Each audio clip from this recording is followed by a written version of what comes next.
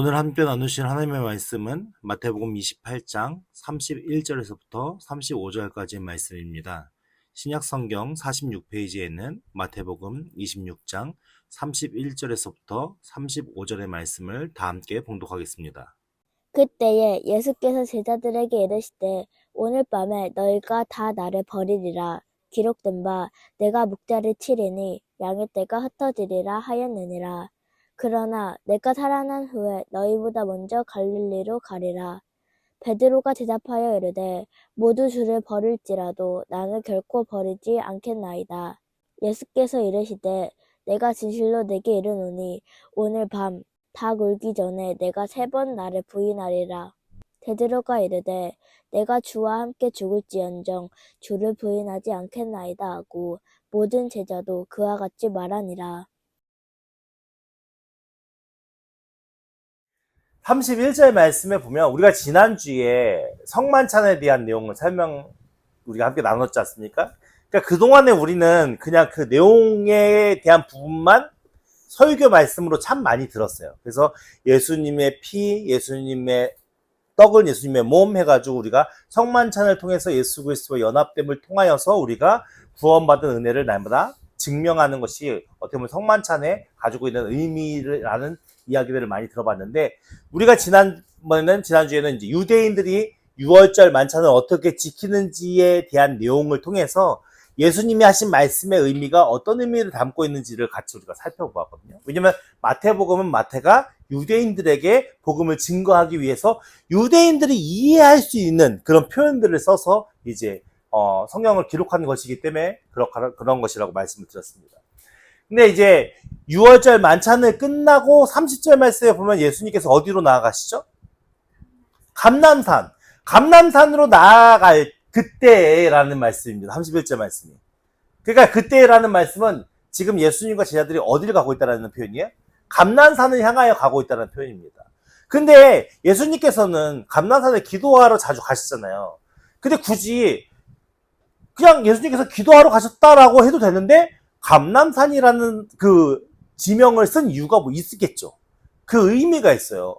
유대인들에게는 어떻게 있냐면은 어떤 고정된 이미지를 보여주는 것을 통해서 그 사람의 정체성을 보여주는 장면들이 종종 있어요. 우리가 대표적인 예로 압살롬이 반란을 일으키잖아요.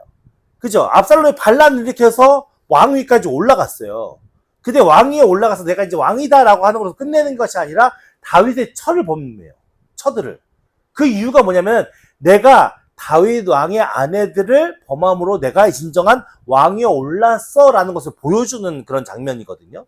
그와 마찬가지로 이제 엘리사가 엘리야의 겉옷을 입는 행위가 말씀이 나오죠. 그러니까 엘리사가 엘리야의 겉옷을 입는 행위는 뭐예요? 자신의 위치가 이제 엘리사가 아니라 엘리야의 위치까지 선지자로서의 그 사명을 감당할 수 있는 능력까지 올라왔어라는 것을 보여주는 행위거든요.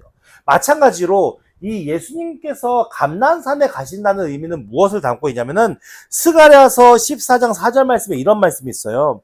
그날에 그의 발이 예루살렘 앞 동편 곧 동편 감람산에 서신 것이요 감람산은 그 한가운데가 동서로 갈라져 매우 큰 골짜기가 되어서 산 절반은 북으로 산 절반은 남으로 옮기고 라는 말씀이 있어요. 그러니까 이게 이 말씀만 딱 놓고 보면 우리가 무슨 의미인지를 잘 이해하기가 어려운데, 이 이야기는 메시아가 이러실 것이다 라고 하면서 쓴 글이에요. 메시아에 대한 말씀이거든요. 그러니까는 사람들은 감람산에서 하는 행위가 곧 누구를 나타내는 거예요? 메시아의 정체성을 나타내는 그런 말씀인 거예요. 그래서 예수님께서 예루살렘에 입성하실 때 어떻게 입성하시죠? 종려 주일 때 어린 나귀 새끼를 타고 입성하시잖아요. 그것도 스가랴 말씀에 나오는 9장 9절의 말씀에 나오는 그 행동들을 표현함으로써 내가 그냥 나사렛의 가난한 사람이 아니라 내가 하나님의 메시아로 온 사람이야 라는 것을 자신의 정체성을 나타내기 위해서 행위를 하시는 거예요. 그러니까 마태가 감람산이라고 쓴 이유는 뭐겠어요? 예수님의 메시아야. 니네가 기다렸던. 왜냐면은 이스라엘 백성들은 성경에 능통한 자들이잖아요. 구약 성경에 능통한 자들이고 거기에 나오는 메시아에 대한 글귀들을 대부분 다 알고 있었을 거란 말이죠. 그러니까 메시아에 대한 다윗의 후손으로 나타나실 것이다. 뭐 어떻게 하실 거다. 이게 그런 이야기들을 다 그들이 알고 있으니까 그렇게 그들에게 어필하기 위해서 메시아라는 것을 예수님께서 메시아라는 것을 알려주기 위해서 감난산에 대한 설명들을 계속 써 내려가는 거거든요. 그러니까는 그렇게 예수님 그리스도께서 메시아이심을 나타내 보여주시면서 이제 감난산으로 이동하던 그때에 예수님께서 어떻게 해요? 제자들에게 이야기를 합니다. 미안, 너가 그때 오늘 밤에 뭐라고요? 너희가 다 어떻게 한다고요? 버린다라고 얘기를 했어요. 근데 이 버린다라는 말의 의미는 어떤 의미를 가지고 있냐면 기본적으로 사람을 걸려 넘어지게 만드는 장애물을 놓는 거예요. 그러니까 그냥 걸어가면 아무 다치지 않고 넘어질 일이 없는데 사람이 자주 걸어가는 길에 넘어지라고 장애물을 놓는 거예요. 누군가가 일부러. 그게 넘어진다는 거거든요. 근데 이 사람들은 누군가가 넘어지는데 그 원인이 누구에게 있는 거예요, 지금? 이 말씀 속에 오늘 밤에 너희가 다 누구를? 나를 버리리라. 그러니까 버린다는 말은 걸려 넘어진다는 의미를 담고 있는데 누구를? 예수님 때문에 걸려 넘어진다는 얘기예요. 왜 예수님 때문에 걸려 넘어질까요? 이 사람들이? 이 제자들이? 이 제자들이 예수님 때문에 걸려 넘어지는 이유는 뭐죠? 네, 메시아에 대한 생각이에요. 그러니까 하나님께서 예수님을 보내신 이유가 뭐예요? 포커스가 어디 있죠? 사람들을 구원하기 위한 거잖아요. 그래서 모든 인류의 죄를 대신 지시기 위해서 어린 양으로 예수님을 이 세상에 보내신 거예요. 희생 제물 삼으시려고. 근데 이스라엘 백성들과 제자들이 기다리는 메시아는 어떤 메시아예요? 그쵸? 자신들의 힘과 능력으로 이스라엘을 해방시켜줄 메시아를 기다렸던 거예요. 그러니까 너희들이 오늘 나 때문에 걸려 넘어질 거야 라는 말의 의미는 무엇이에요? 예수님께서 로마 병사들에게 잡혀가실 때 저항을 하십니까 안 하십니까? 아니에요. 베드로는 그때 어떡하죠? 싸워요. 싸워서 안 잡혀가게 하려고 그래요. 근데 예수님께서는 얼마든지 그 로마 병사들에게 잡혀가지 않고 자신이 가진 힘으로 다 물리쳐 이길 수 있는 능력을 가지신 분이었어요. 근데 그 분이 지금 어떻게 된 거예요? 로마 병사들에게 그냥 끌려가시거든요. 그 모습을 본 베드로의 마음은 어땠을까요? 그죠? 그러니까는 이들이 다 나를 걸려 넘어질 것이다 라는 예언의 말씀을 하시는 이유가 이런 의미를 담고 있는데, 자 보세요. 그 다음 말씀 볼게요. 그 다음에 보면 기록된 바 내가 뭐라고요? 어떻게 한다고요? 유대인의 화법 속에는 이게 그냥 이 말이 그냥 읽어도 어떤 내용인지는 알겠죠. 예수님이 목자고 우리가 양떼인데 제자들이 양떼인데 예수님이 이제 잡혀가니까 양떼들이 다 훌훌 흩어졌다 이런 내용이라는 건 우리가 알잖아요. 근데 단순히 유대인들에게는 이 목자를 치리니 양떼 흩어지리라 라는 이런 표현들을 통해서 이 말씀이 성경에 있는 말씀이거든요. 성경에 있는 말씀을 인용하면서 그 성경의 말씀 속에 담겨져 있는 그 의미를 알려주려고 하는 거예요. 예를 들자면 예수님께 십자가 못 박히셨을 때 어떻게 하죠? 로마 병사들이 예수의 옷을 뺏어가지고 저희들끼리 나눠 입어요. 그리고 또 어떤 일이냐면 예수님께서 마지막에 돌아가실 직전에 뭐라고 말씀하시죠? 엘리 엘리 라마 사박단이 많이 들어보시잖아요. 어째 나를 버리시니까. 이 말씀들이 그냥 단순히 그 상황에 딱 맞는 말씀들이지만 그 말씀들이 어디에 있어요? 시편에 있는 구절들에 나온 말씀들이에요.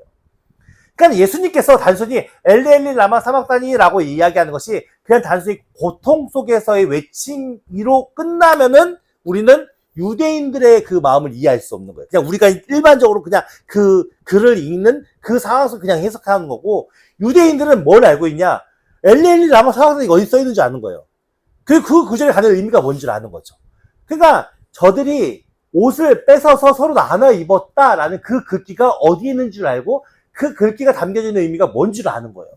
그러니까는 유대인들 합법 속에서는 성경에 나와 있는 다른 구절의 이야기를 인용하면서 지금 현재 상황에 잘 어울리게끔, 찰떡같이 잘 어울리게끔 그렇게 표현하면서 그 구절이 담고 있는 의미를 전달해주는 그런 역할까지 같이 한 거죠. 그러니까는 여기에서 말씀하시는 엘리 라마 사막 이거 목자를 치리니 양떼가 흩어지리라 라는 말씀을 인용하신 것은 이것이 무엇을 얘기하냐, 예수님께서 이제 이 말씀에 나오는 내용이 예레미야하고 스가랴에 나오거든요. 근데 예레미야라고 스가랴에 나오는 그 말씀의 내용이 뭐냐면은 곡과 마곡의 전쟁을 이야기해요. 그러니까 곡과 마곡의 전쟁으로 인해서 많은 이스라엘 백성들이 심하게 고통받을 것이다 라는 말씀의 내용들을 얘기하는 거거든요. 그래서 이 말씀이 그 곡과 마곡의 전쟁으로 심한 고난과 고통의 때가 시작되겠지만 그 고난과 고통은 메시아의 오심으로 그 모든 고통이 해결되고, 그리고 그것은 그 이야기를 표현하는 것이 예전에 이집트에 종생활 했잖아요. 근데 이집트는 강대국이잖아요. 그러니까 자신들이 종생활할 때 자신들이 종생활을 벗어날 수 있는 어떤 환경과 여건을 생각할 수가 없잖아요. 이집트가 너무 강한 군대를 가진 민족이었으니까. 그곳으로부터 벗어나서 내가 종생활을 끝내? 이것은 상상할 수 없는 일이었거든요. 그럼에도 불구하고 하나님께서는 모세와 아론을 통해서, 그리고 하나님의 역사하심을 통해서 그 이스라엘 백성을 그 강력한 이집트의 군대로부터 건져내시잖아요. 그 구원이 있었던 것처럼 두 번째로 그들에게 이제 곡과 마곡의 전쟁으로 인해 고통받는 그 시기에 우리가 어떻게 헤어날 수 없다라는 그 참담함 속에 있었을 때도 메시아가 오셔서 그 모든 일을 이집트에서 구원한 것처럼 해결해 주실 것이다 라는 의미를 담고 있거든요. 그러니까 그 의미를 담아서 이 말씀을 쓴 거예요. 그러니까 이스라엘 백성이 목자를 치리니 양의 떼가 흩어지리라 라는 이 말씀의 의미는 뭐예요? 곧 혼란과 어려움의 시기 가운데 이제 메시아가 오시면 그 모든 혼란과 어려움이 이겨낼 수 있을 것이야, 끝날 거야 라는 그 의미도 같이 포함되어 있는 말씀인 거죠. 그러니까 결국 뭐냐면은 예수님께서 그때 너희가 나를 버릴 거야, 나를 버려, 그러니까 내가 너희에게 올무가 되어서 너희들이 다 나를 떠나고 버리게 될 거야. 하지만 뭐예요? 목자를 쳐서 양떼가 흩어지겠지만 결국 흩어지는 것으로 끝나는 게 아니라, 그러나 내가 어떻게 해요? 살아날 거야. 그러니까 내가 메시아라는 걸 설명해 주는 거죠. 그러니까 이 글을 읽는 이스라엘 백성들은 어떤 의미를 알고 있는 거예요?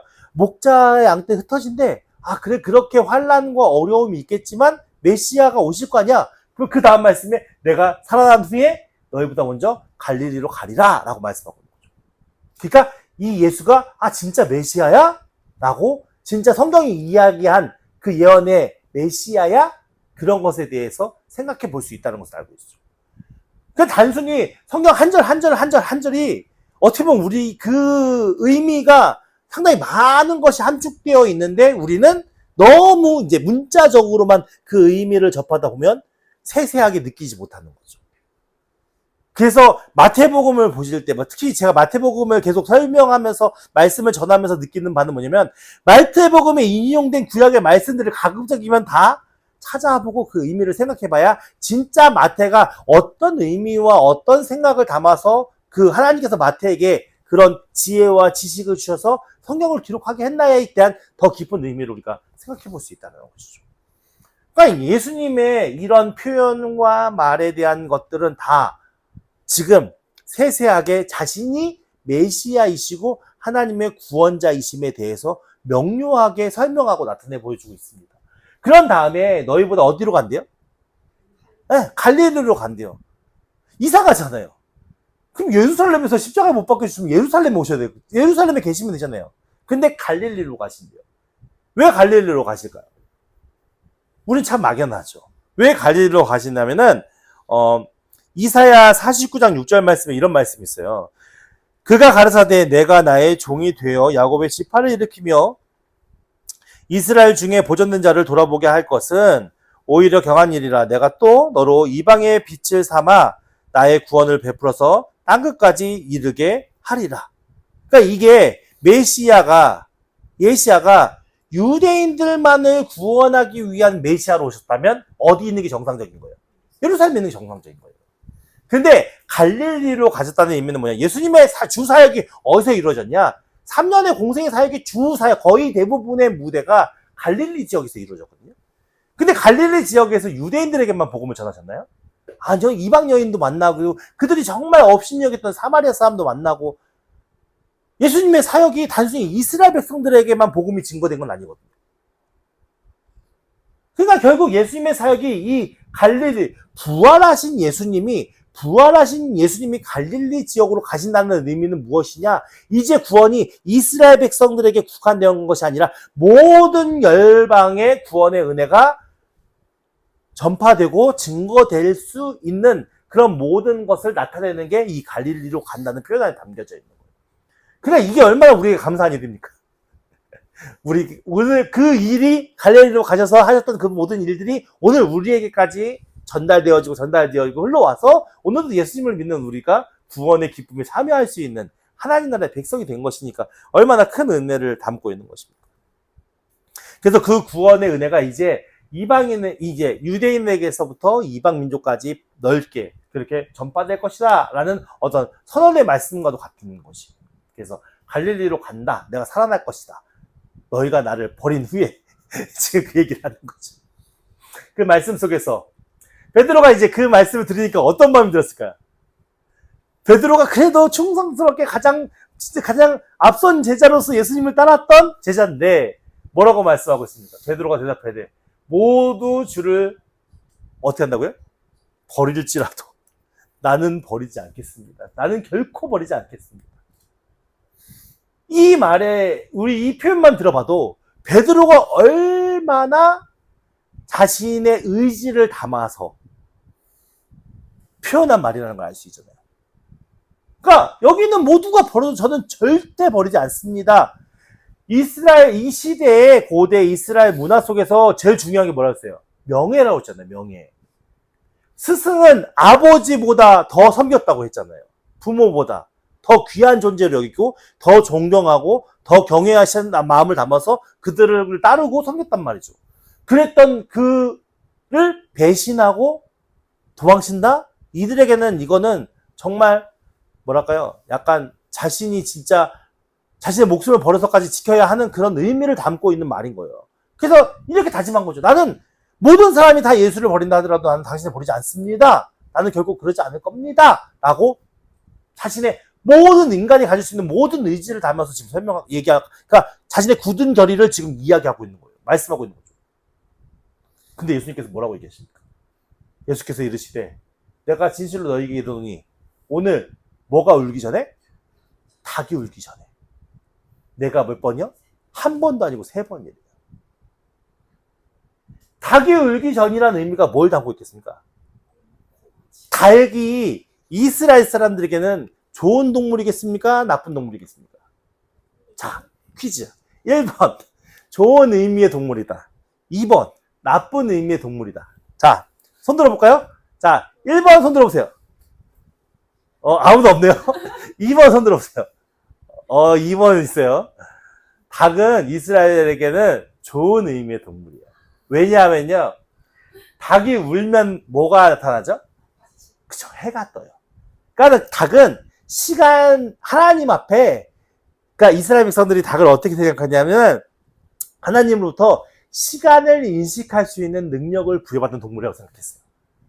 그러니까 그것을 기준으로 해서, 예루살렘 성전에서는 아침마다 상번제라는 제사를 드리거든요.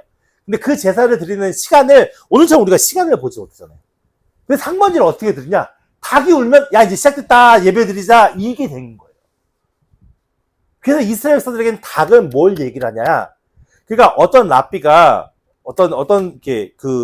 랍비에게 어떤 사람들이 가가지고, 이제 그 랍비는 유명한 랍비겠죠. 랍비에게 찾아가서 뭐라고 얘기를 하냐면은 예화 중에 랍비요, 과연 메시아가 언제쯤 오실 것 같습니까? 라고 이렇게 물어봤대요.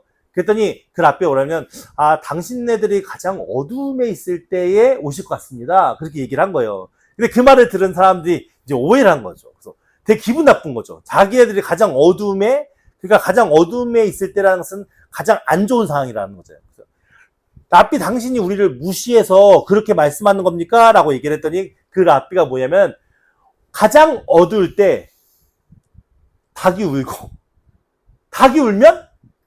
아침에 해가 뜨니까 그때 메시아, 그러니까 닭떼와 같이 빛과 함께 예수님께서 오시지 않겠냐? 이런 표현을 할 정도로 그들에게는 이 닭의 울음소리가 어떤 의미를 담고 있냐? 빛이, 광명이 시작되는 그 순간을 이제 가장 잘 표현하는 동물이라고 생각한 거예요. 그것이 하나님께 부여받은 그 능력이라고 생각한 거죠. 그래서 이스라엘 백성들에게 이 닭은 아주 안 좋은 동물이 아니라 어떻게 보면 어둠이 지나가고 새 아침이 시작되는 그 순간을 알려주는 동물이기 때문에 좋은 의미를 담고 있겠죠. 그러니까 그 베드로에게 이야기하시는 게 닭이 울기 전에 내가 몇 번이요? 한 번도 아니고 두 번도 아니고 세 번을 부인한대요. 근데 이 세 번이라는 숫자가 완전수라고 이야기를 하는데 왜 완전수냐면 세 번으로 인해서 확정되는 게 많아요.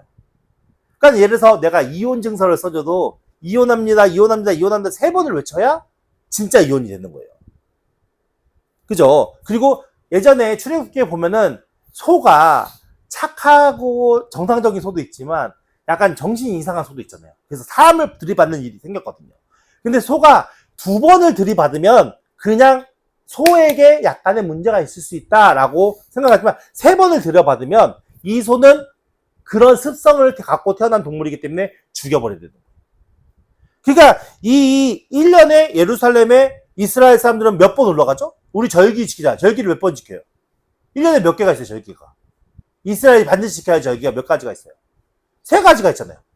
1년에 세 번은 하나님 앞에 자신의 얼굴을 보여줘야 되는 거예요. 이런 것처럼 하나님의 백성이라면 이 3이라는 숫자를 통해서 확증시켜주는 사건들이 이스라엘에게는 이게 표현되는 일들이 많이 있는 거죠. 그러니까 결국 이 3이라는 숫자를 통해서 세 번 나를 부인하리라 라는 의미를 통해서 베드로는 뭘 얘기를 하는 거예요? 확실하게 너는 나를 부인할 거야. 모든 사람 앞에서. 이거 보세요. 베드로는 진짜 자신이 가질 수 있는 모든 의지를 발동해가지고 모든 사람이 예수를 부인한다 하다 나는 절대 예수님 부인하지 않아요 라고까지 자신의 굳은 결의를 가지고 예수님 앞에 자신의 결의를 얘기했어요. 그렇죠? 그리고 그 베드로는 그 결의를 지키려고 엄청난 노력을 했겠죠. 근데 예수님은 뭐라 합니까? 야, 너가 빛이 밝기 전에 어두움 가운데 세 번 나를 부인할 거야. 확증적으로 너는 날 모른다고 부인할 거야. 이 말씀이 우리에게 다가오는 의미가 무엇이겠습니까? 우리는 어떠한 의지를 가지고서도 하나님을 섬길 수 없는, 예수님을 믿고 의지할 수 없는 존재라는 거예요. 그래서 우리는 이런 의식을 버렸으면 좋겠어요. 저는 좀 이런 걸 얘기할 때마다 좀 화가 나는데, 우리가 예수의 강한 군사가 되는 게 아니에요. 우리가 모든 것을, 예수를 믿음으로 우리가 모든 것을 해낼 수 있는 능력자가 되는 게 아니에요. 그런 거라면 예수님의 제자들이 3년 동안 예수님의 말씀을 들었을 거 아닙니까? 누구보다도 교육을 잘 받았겠죠. 지금의 어떤 유명하고 훌륭한 목사님이, 영적으로 깨어있는 목사님이 설명하는 것보다 훨씬 더 진리의 은혜의 말씀을 들어가면서 교육을 받았겠죠. 근데 이 제자들은 단순히 말씀만 들은 게 아니라 어떤 목사님이 시위의 은사나 능력의 은사가 있어서 이적과 기적을 행하는 그 모든 것보다도 실질적으로 이들이 본 게 엄청 많을 거예요. 그러니까 지금 현재 어떤 누구가 갖는 신앙적인 교육의 그런 질보다 훨씬 더 퀄리티 있는 높은 질의 교육을 이 제자들은 하루 이틀도 아니고 3년 동안 예수님을 쫓아다니면서 듣고 배웠을 것인데 하루아침에 다 도망가요. 다 예수님 부인해요. 그들이 아까 말씀하셨죠. 베드로는 모든 사람이 다 예수를 버린다고 자기는 안 버릴 거, 절대 버리지 않는다는 결의와 각오로. 나머지 제자들은 안 그렇겠습니까?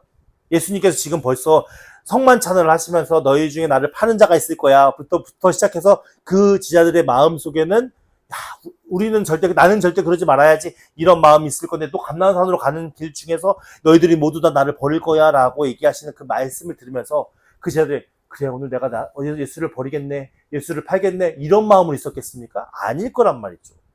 분명히 그래 어떤 순간 그런 순간이 왔대 내가 절대 아니라는 걸 예수님이 보여줘야지 내가 예수님 앞에 증명해야지 내가 해낼 수 있다는 걸 예수님 앞에 나타내줘야지 라는 마음으로 있었을 거란 말이에요. 그럼에도 불구하고 그 자신의 결의를 지켜낸 사람이 있습니까? 아무도 없어요. 결국 우리의 신앙생활은 내가 예수를 믿음으로 어떤 능력을 받아서 무엇인가 해내는 수 있는 능력이 우리 안에는 아무리 많은 교육과 아무리 많은 이적과 기적을 체험하고 아무리 많은 걸 해도 나의 의지로 해낼 수 있는 건 아무것도 없다는 걸 말씀하고 증명해 놓은 거예요.